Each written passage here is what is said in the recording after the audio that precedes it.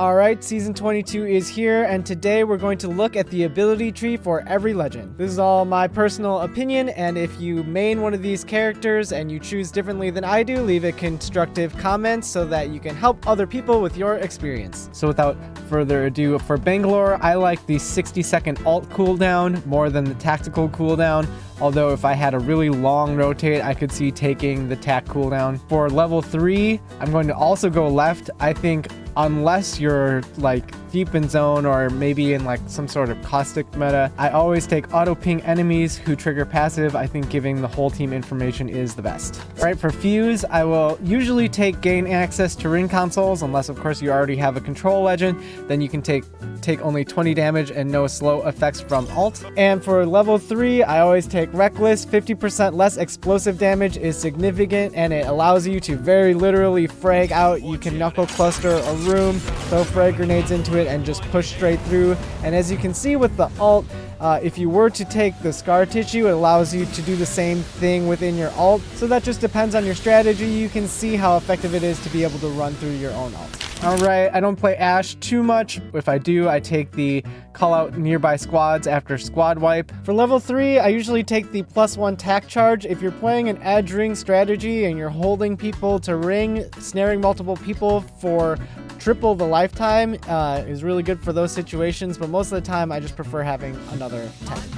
Alright, for Mad Maggie, there's auto reload shotguns on Nox and Fireball. I think Fireball is a little more fun. I don't use shotguns that much, so I pretty much always pick Fireball. And then I always take the extra tac charge. There's maybe certain maps where Big Drill is good on. There's so the way her drill works, it shows you how far it will go through a surface, but some objects are hollow. You can see right here, this is reading 0.09 meters, so this is only going to drill through 0.09 meters and then start sending the fire. And here we get a reading of 5.3 meters, and you can see that we're getting even more flame on the other side because it's drilling through the entire 5.3 meters and then sending the full jet of flame out from the other side. And some maps, like especially World's Edge, has more structures that seem to be hollow. I think most of the time they're like those kind of rocky structures. Alright, for Ballistic, I've been taking the sling weapon levels up with each upgrade selection. That seems like it scales perfectly with the game to me. And for level 3, I always take the extra tac charge. That seems better than the speed boost to me.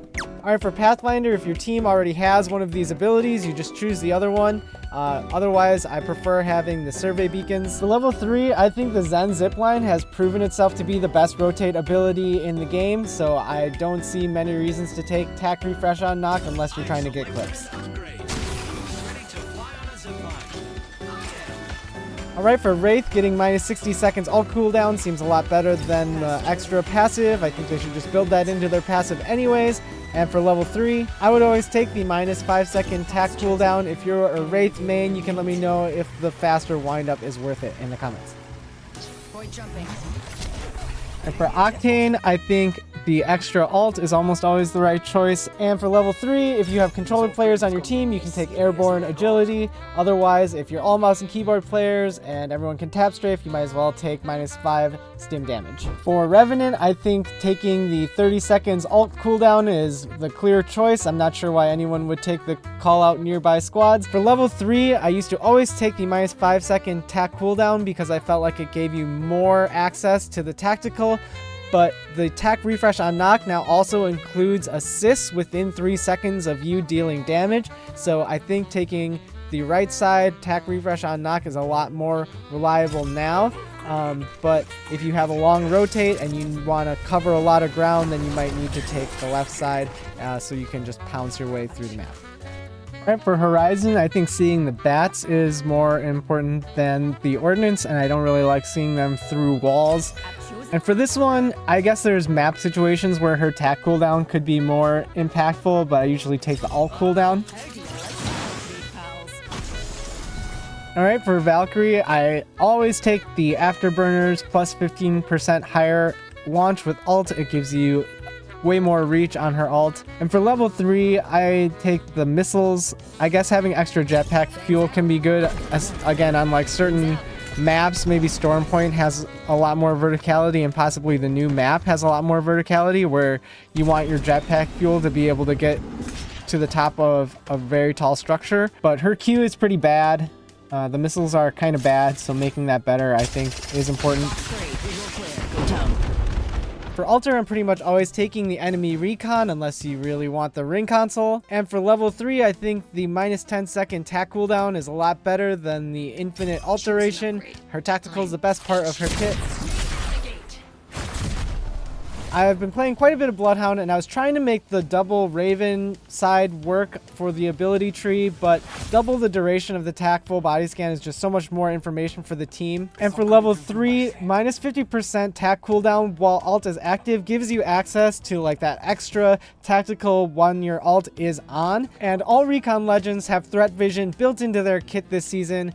That's the best part of the Bloodhound alt anyways, and you already have threat vision, so I go left. I've never gotten the Raven thing to work the way I really wanted it to. It didn't feel like I was alting all that much more often.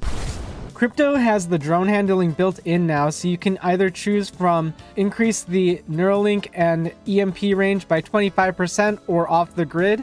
Before, when it was improved drone handling or the increased range, I always took the increased range, but now I think I would take off the grid more often. And for level 3, I always take the plus 1.5 second scan duration, and it now gives a scan on alt hit as well, which I think is a good change. I think it gives the team more information than having it more often. You just need to try to avoid having your drone blown up in the first place. All right, for Seer, level 2 is the same as it was. I always take the minus 30 seconds alt cooldown. I think you need to throw the alt in a safe place anyways because it's easily destroyed. So I just take the minus 30 second alt cooldown. And for level 3, both abilities are different this season. So they have long view and split focus. So I think most of the time I'm taking split focus and gaining an extra tack charge. For Vantage, it just depends on your team strategy. If you're playing ring, you can go ahead and take the ring console, but her alt is really good this season. It got a buff to the second shot multiplier, which is now 2.5 times, so it's really good. For level 3, I would say the improved tack double jump gives you a lot more reach with her tactical, can cover a lot more ground, but the tack refresh for level 3, I think the improved tack double jump gives you a lot more reach and mobility, but if you're more of a skirmisher, you might want to take the refresh on 9. All right, we got a floating arm shield here, but for Gibraltar, if you're using a shotgun, obviously you can choose that, but reviving allies seems good. Giving your team the ability to reset quickly on a revive feels pretty much like a superpower, and it's always super appreciated whenever any legend can give you extra HP on a revive. For level 3, the plus 4 seconds tack lifetime seems like it gives more utility to the team. You can bubble fight for longer, your team can heal for longer, and you can get those resets. If you're a shotgun player, maybe the smaller tack with faster cooldown gives you more individual bubble fights with a shotgun, but overall the 4-second longer bubble feels like it gives more utility. For Lifeline, I think it's pretty much consensus that plus 20% revive speed is better than the tactical cooldown. And for level 3, if you already have a gold knock, you can take the self revive. If you don't have a gold knock yet, take gold plated. I think that one is pretty simple. All right, for Mirage, reviving allies with HP regen feels like a superpower. I understand that a lot of Mirages want more access to the decoys, but the decoys are really bad this season because they don't have a health bar. So I think having the HP regen is a lot better. And for level 3, I think Bamboozle's refresh tack gives you a lot more access to your decoys instead of plus 1 tack charge. Loba, I always take the plus 25% alt range. And for level 3, I always take the extra item. You can always grab an extra bat for your teammates. Next up is Newcastle. I think giving the mobile shield plus 250 HP is a lot more utility than giving it extra speed unless you really need to make a run for it. Overall, there's a lot of times when your shield will be stationary and you just want that to have extra HP. And for level 3, again, reviving allies with HP regen allows your team to reset so much faster. Just hit a bat and be full HP. But if you're really stuck in end ring, something like that, and you have the opportunity to have a really long end ring energized wall, you could go ahead and choose that. But it's really hard to quantify how fast your team can reset with any legend that can give your teammates HP revive. All right, for Conduit is my main. I started taking the extra battery and I never looked back. I've never felt like I missed the extra radius on the ult. And 3 bats per slot just gives you these perfect backpacks. So let's say this looks like a perfect backpack with 6 bats. With the perk, this now has 9 shield batteries in it. You have enough shields to share with the team. You can carry an extra grenade, an extra stack of ammo, anything you might need. I'm never going back. And for level 3, the pretty clear choice is to take an extra attack. In my opinion, you can hit both teammates. You can hit one teammate twice with a tactical if you really need to, and I just have never felt the need for the extra range. All right, for Caustic, I think the Nox vision is better than the throw range, especially since a lot of the times when Caustic is at his best, he's locking down a building. It's kind of fun to be able to yeet the gas traps, so this is without it. And that's with it. So it's a lot farther for sure, but since people can shoot them out just with one bullet, I don't really think throwing them at someone's feet is all that good.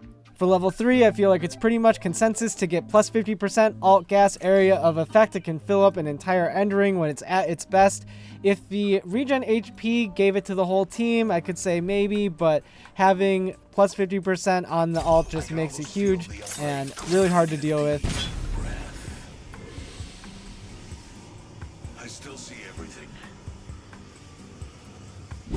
For Wattson, her level 2 abilities are the same, but level 3 are new this season. Revive allies to 50 HP gives you that fast reset. I personally really like the arc stars. It creates a resource disparity where your opponents are using their resources and you are gaining them. And hopefully your ult is helping your team from getting knocked in the first place by sucking up grenades and providing extra shields. And this is bugged right now. Emergency power should read doubles alt shield generator rate and capacity, so it will heal your shields twice as fast and it will have double the capacity, but I think having double alt HP and alt regain charge is usually going to be the right choice. So this is what it looks like with the double HP, and we'll see how fast the shield regens. It's about the same rate, so it regens pretty quickly. And this is what emergency power looks like when the generator rate and capacity is doubled. I think I'm pretty much always going left. I guess if there was sort of in a quote-unquote emergency situation and you needed your shields back as fast as possible,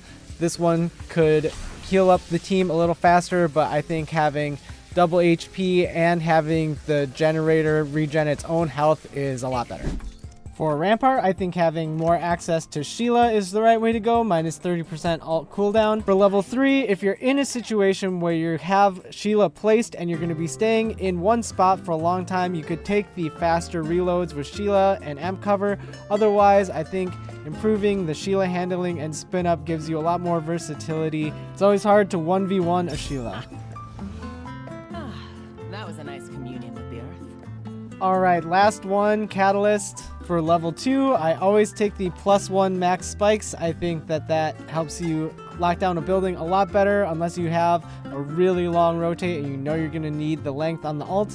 And for level 3, it's obviously situational. If you're in a situation where you're not going to be able to reinforce any doors, then there's no reason to choose the left option. But if you can, I would say door fighting is what Cat is best at, and being able to rebuild the entire door, which you can then open and close, I think is very strong for cat fights, and having 5 seconds more on the alt lifetime can be good in end rings, but other than that, if you're not in the end ring yet and you need to fight, then reinforcing the doors and rebuilding the entire door is really strong.